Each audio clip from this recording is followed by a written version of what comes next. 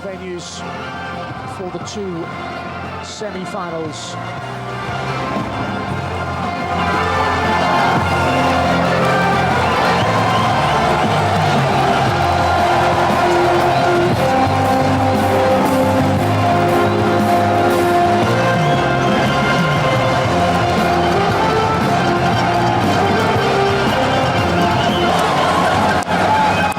Such a great tradition down the years. Nigeria lost on home soil back in 2009, one of the big upsets when they went down to the final with Switzerland. Triple winners though.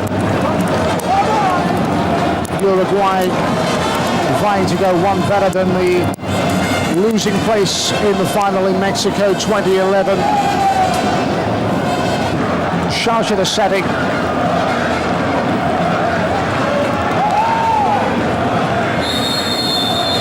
Place in the semi-final awaits the victors.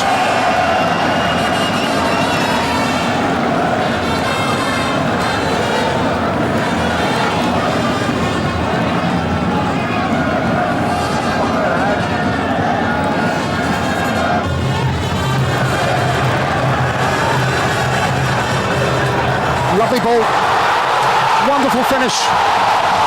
At their very best, Taiwo Awoniyi. First time and finds the intended target. Perfectly weighted ball threaded through, and that is cause for celebration.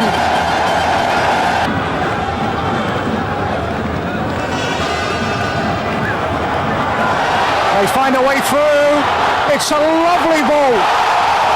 And it's another goal for Taiwo Awoniyi, and that could be the end of Uruguay's World Cup aspirations. Nigeria double their leads, and another goal that was wonderfully worked. Matter of minutes, Chidera, it won't matter in the end. Final whistle, cue Nigerian celebrations. The 3 times winners are into the last 4, and Uruguay bow out in tears.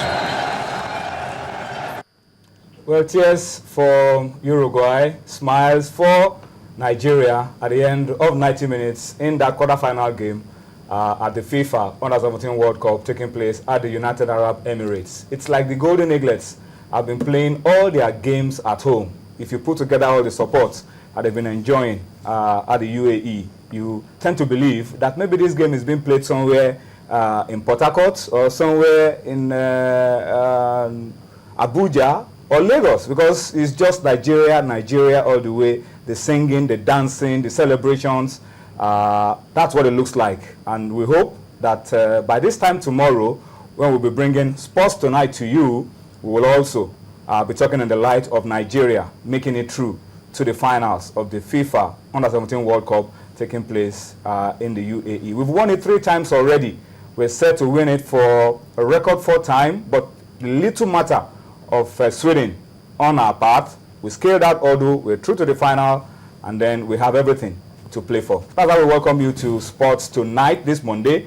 We must say a very big thank you to you for staying with us. I'm sure you enjoyed your weekend. And we're here to tell you all about what happened over the weekend and also help you to prepare for the new week. My name is Tony Ibitoye. I'm not alone. Kunle Phillips, Toby Adepoju are starting off the show with me tonight. Guys, it's all about the Golden Eaglets, like playing at home. It's like these guys are playing at home. They've been enjoying the support. Look at the fans. It's like they're playing this game in Lagos or Abuja or somewhere. Of course, they've been enjoying all the support they can get from the fans, and of course, it's very obvious in the way they've actually been playing, because by the time you keep hearing those songs, you know, coming from the fans, then you get more encouraged to actually put in your best as far as the games are concerned. It's good that the Golden Eaglets are actually making us happy, they're making us proud, and of course, looking at that game, particularly that Uruguay game, I really had my reservations before that game, but of course, we saw the way they were comported. They showed zeal. They showed enthusiasm, and of course, the defense where we felt is our weakest point really came to the party, that they came to the fore, and of course they gave us a very good performance. And we just hope. I saw the team, the team that played against Uruguay as a team that has what it takes to win this Under-17 World Cup. I looked at the other games. I still felt we had some issues and there were weaknesses in some departments. But of course, looking at that game against Uruguay, I think I'm beginning to believe that the Golden Eaglets will clinch this Under-17 World Cup for the record of 4 times. Well, Toby, welcome to the show. Yep. But I'm happy that we are playing a team that almost beat us. Yep. So this is a case of knowing what Sweden can bring to the party. We couldn't deal with their long balls when we played the 3-3 draw. In the first 20 minutes, we were 2 goals down. But character of these boys, they came back 2-2, went behind again, and were still able to force a 3-all draw. So that's a good one for me. Now we know that we have to sort this game out and it's a knockout. This is not, there's no room for error. Yeah, no room for error, Tony. But the truth of the matter is, I think the Sweden team is the most difficult team we played in this tournament, because they are the only side we failed to beat. We have to fight very, very hard, like you said. We have to come out from 2 times to pick a point, to salvage a point in that one.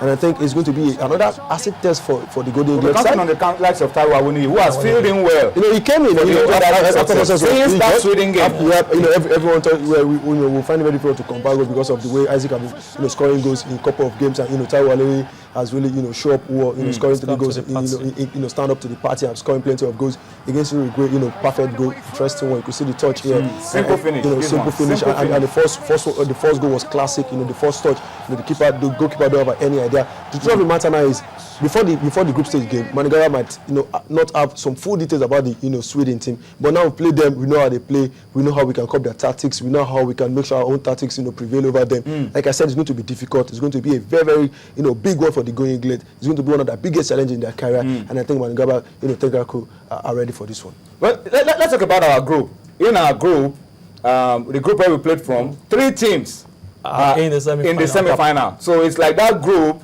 was really the most difficult group. If Iraq had been in another group, I think they would have also qualified for the next round. Yes, so if Iraq were in another group, Iraq in our team probably would have qualified and probably also played up to the crucial stages. But I have a feeling that the way we finish in our group is the way we will finish this tournament. Definitely. Nigeria topping the group, winning the tournament. Mexico second in the group, second in the tournament. From the start of the tournament. And Sweden third in the tournament and all of that. I have a feeling that's how we're going to finish this tournament. Whichever way you look at it, it's been like the Golden Eaglet has been the best team as far as this tournament is concerned. They've been scoring goals are plenty. And of course, you saw the way the second round results.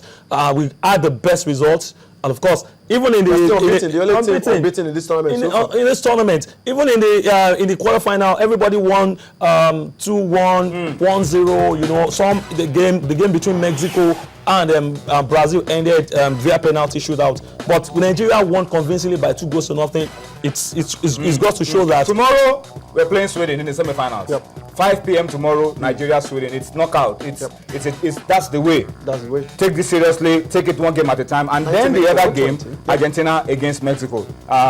So everybody's expecting. We were anticipating that a Brazil-Nigeria final, but now that's not going to happen. Mexico are the defending champions. They beat Brazil. They are up against another South American side, Argentina. But our eyes should be on our game against Sweden, and I think we've built on our 3-3 draw against Sweden. The team has improved. The coach juggled the squad a little bit, moved the captain from central defense to right back, and that has done the magic.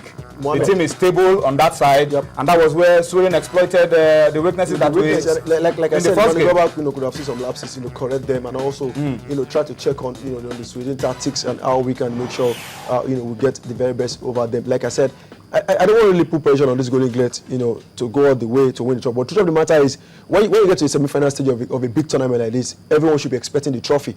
But